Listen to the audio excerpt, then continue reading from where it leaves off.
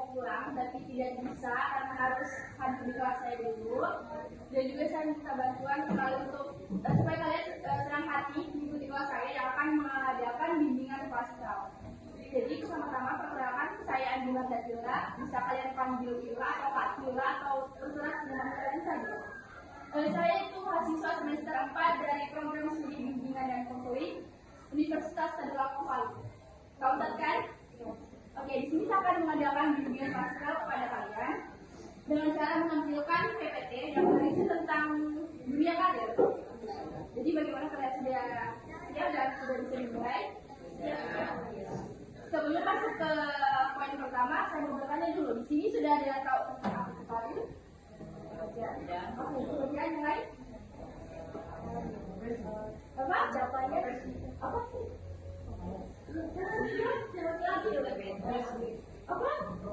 Oh ya, oke, apa? Jadi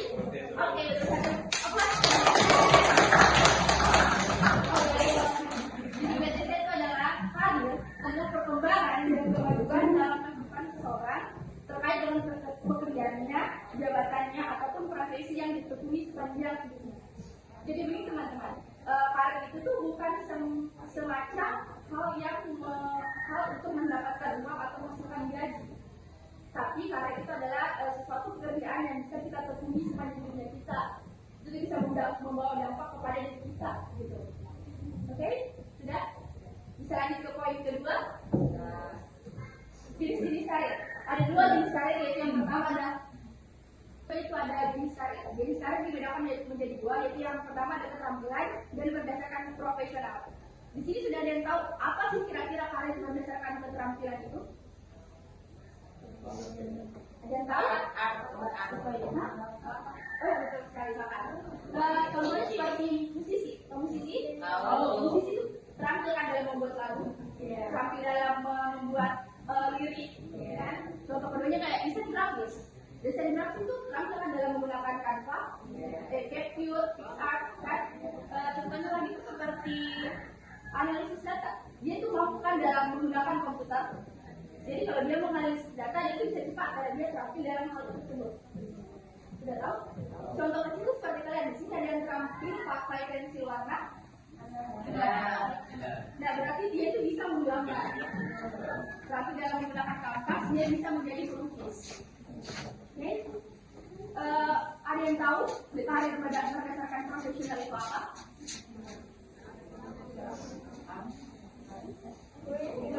Berdasarkan profesional. Hah?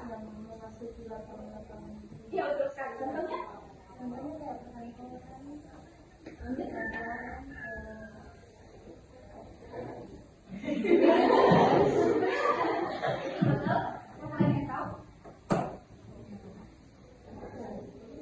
Iya, betul sekali. Terus dulu. Jadi kalian berdasarkan profesional itu seperti dokter, guru, polisi, insinyur, angkutan, seperti yang bekerja di bank, tahu kan? Langkah-langkah merencanakan karir. Yang pertama ada pikirkan. Ada yang tahu itu memikirkan apa?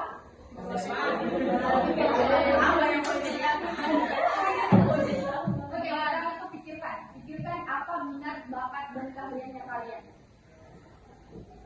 Sudah tahu? Nah, kedua meninjau bakat. Kalau kalian sudah tahu apa keahliannya kalian, minatnya kalian, itu tuh harus ditingkatkan lagi, harus dipelajari lagi. Oke? Dan yang ketiga itu ada mencari tahu. Dengan cara memanfaatkan teknologi, kita harus memanfaatkan internet untuk men-search di Google tentang apa saja tentang karir-karir yang akan kalian ambil nanti. Bisa kita lanjut ke poin berikutnya. Tantangan dalam karir. Yang pertama itu kurangnya keterampilan. Ada yang tahu kenapa bisa keterampilan itu menjadi tantangan? Teman-teman yang laki-laki ada yang tahu? Oke, begini. Jadi di dunia kerja itu kita harus terampil. Kenapa? Kalau kita tidak terampil,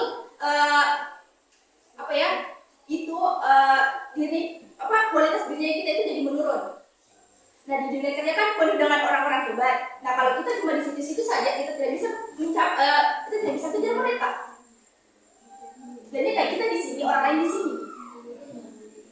Itu kenapa kalau kita kurang terampil, itu menjadi tantangan dalam karir. Yang kedua itu kurangnya jaringan. Ada yang tahu apa maksudnya? Ya, betul. Kurangnya relasi. Misalnya begini, kalian tuh mau mendaftar di sebuah perusahaan. Nah, susah untuk masuk kalau kalian tidak mempunyai orang dalam. Seperti itu. Dan yang ketiga itu perubahan teknologi. Ada yang tahu?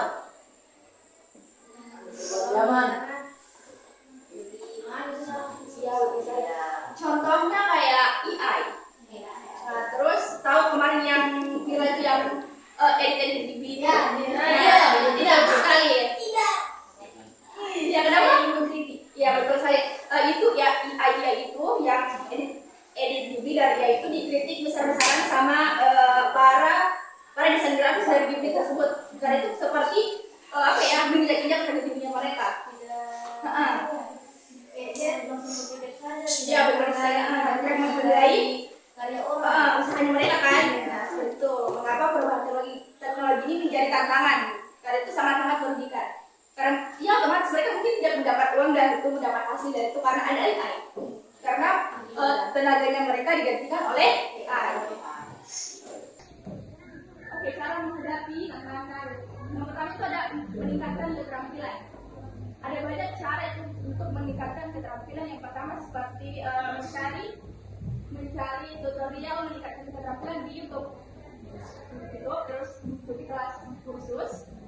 Juga meningkatkan keterampilan itu bisa dalam kehidupan sehari-hari kita. Yang kedua ada menjalin hubungan.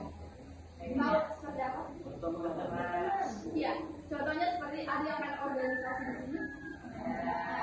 Kalian itu harus betul-betul mencari teman di situ. Jangan cuma di situ-situ saja. Kalian kan ada organisasi, jadi otomatis sebisanya harus berteman dengan semua anak di organisasi itu untuk mendapatkan teman. Jadi kita tuh harus mulai dari hal kecil dulu baru hal besar. Dan yang ketiga itu komunikasikan. Kalian tahu?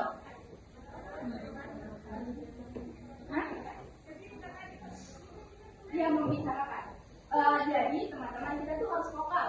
Kita tuh harus percaya diri kita berbicara.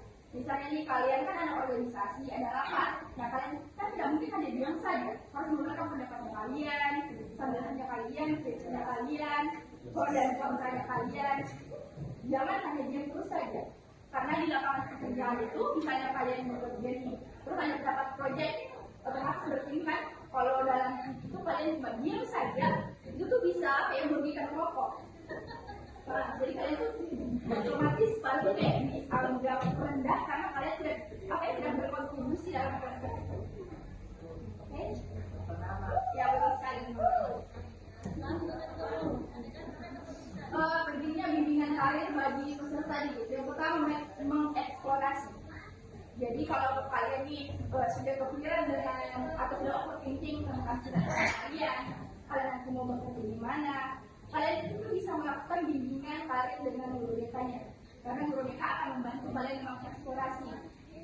Seperti membantu kalian untuk menemukan apa saja minat bakatnya kalian, kemampuannya kalian, terus membantu untuk memberi tahu tentang lapangan pekerjaan, tentang apa saja nanti yang akan kalian lakukan di situ. Gitu. Yang kedua itu mengetahui langkah-langkah. Seperti tadi kan sudah saya jelaskan, yang pertama itu pikirkan, terus meninjau, terus mencari tahu. Dan yang ketiga membicara yang tepat. Jadi setelah bimbingan itu dengan guru BK, kalian kemungkinan besar akan bisa mempunyai apa maksudnya saya? Kalian bisa memilih cara yang tepat. Tapi itu juga tidak bisa dijadikan acuan karena karir itu akan berubah dari waktu ke waktu. Misalnya dari kecil kalian kan mau jadi dokter, jadi belum tentu sampai sekarang kalian masih mau jadi dokter. Oke, sudah kan? Yes. Sudah apa?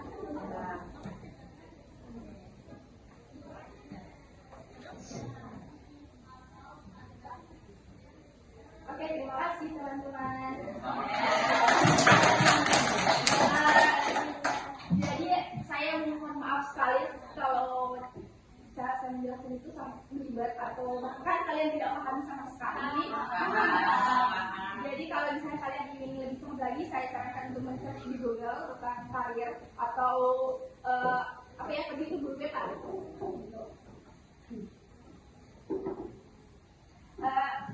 Mau main? Ini dulu. Ini masalah.